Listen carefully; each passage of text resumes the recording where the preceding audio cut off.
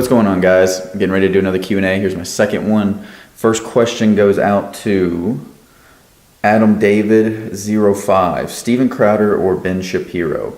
I'm big fans of both of them. They're both awesome at what they do. They are tremendous in fighting for conservatism and going against the left. I would definitely consider Ben Shapiro more for a serious position, because he's a very good debater. He's got very good ideas. He can back up his viewpoints very easily, and he's proven it over time. Steven Crowder is really more of a comedian kind of style, and he's funny, more of a show entertainer kind of deal. But both of them do a really tremendous job. Big fans of both. But yeah. Second question. Hoof comes from Quam.Jesse. Who would you want to run for president after Trump? Well, immediately, right off the top of my head, Ben Shapiro, most definitely. Dan Crenshaw, freshman representative, former Navy SEAL, super awesome guy. Donald Trump Jr. I would like to get him some experience, maybe at the New York level first before he gets there. But I definitely think that he could ride the coattails of his father. I think he's an awesome guy, great viewpoints. I like a lot of the things that he does. I'm also a fan of Ted Cruz. There's not a whole lot of politicians I like right now. It's getting more transparent where they're making all this money and they don't do anything, and we're kind of figuring that out right now. But I'm a big fan and advocate of Ted Cruz. I like his viewpoints. Very good debater as well. He does a great job with that, and I think that he would put the country in the right direction. I mean, he can be weak at times, but nobody's perfect. Those four immediately come to mind. And that's probably who I would advocate for if I was wanting somebody after President Trump in 2020.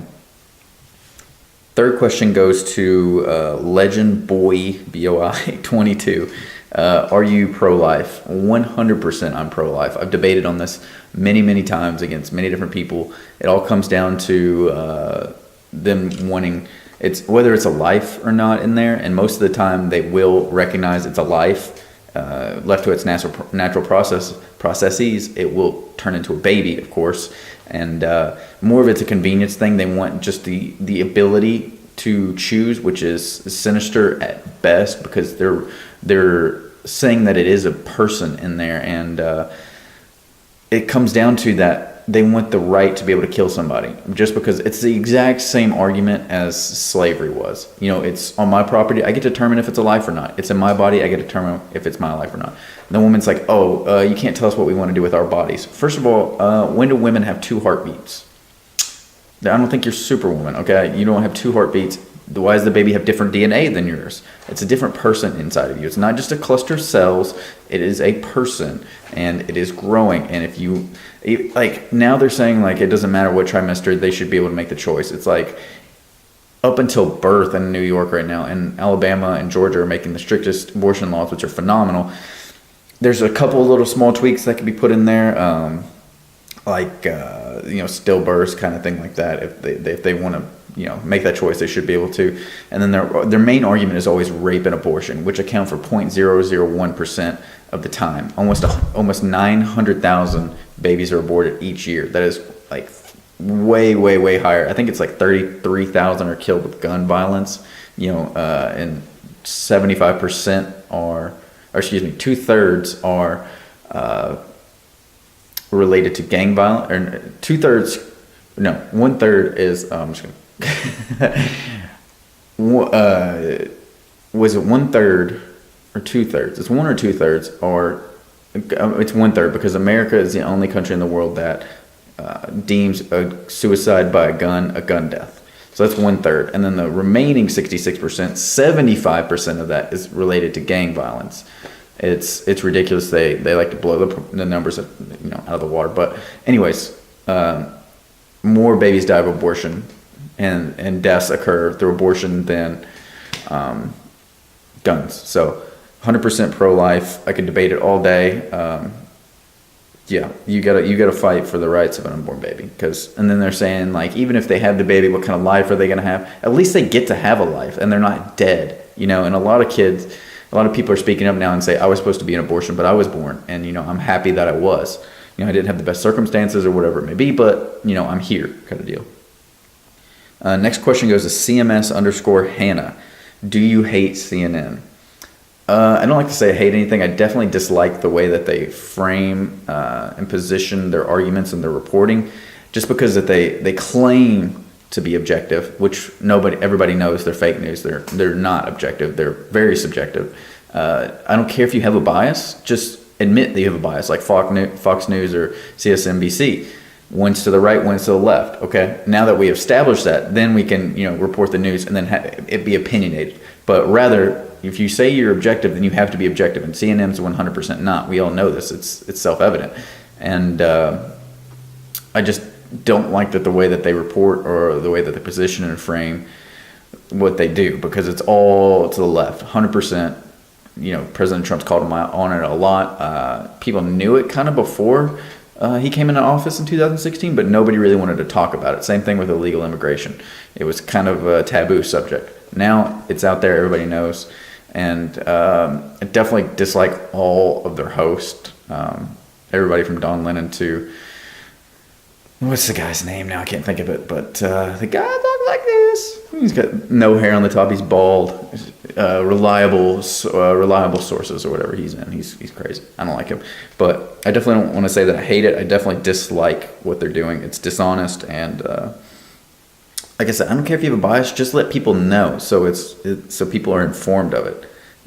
You should not be able to just say you're objective when you're not.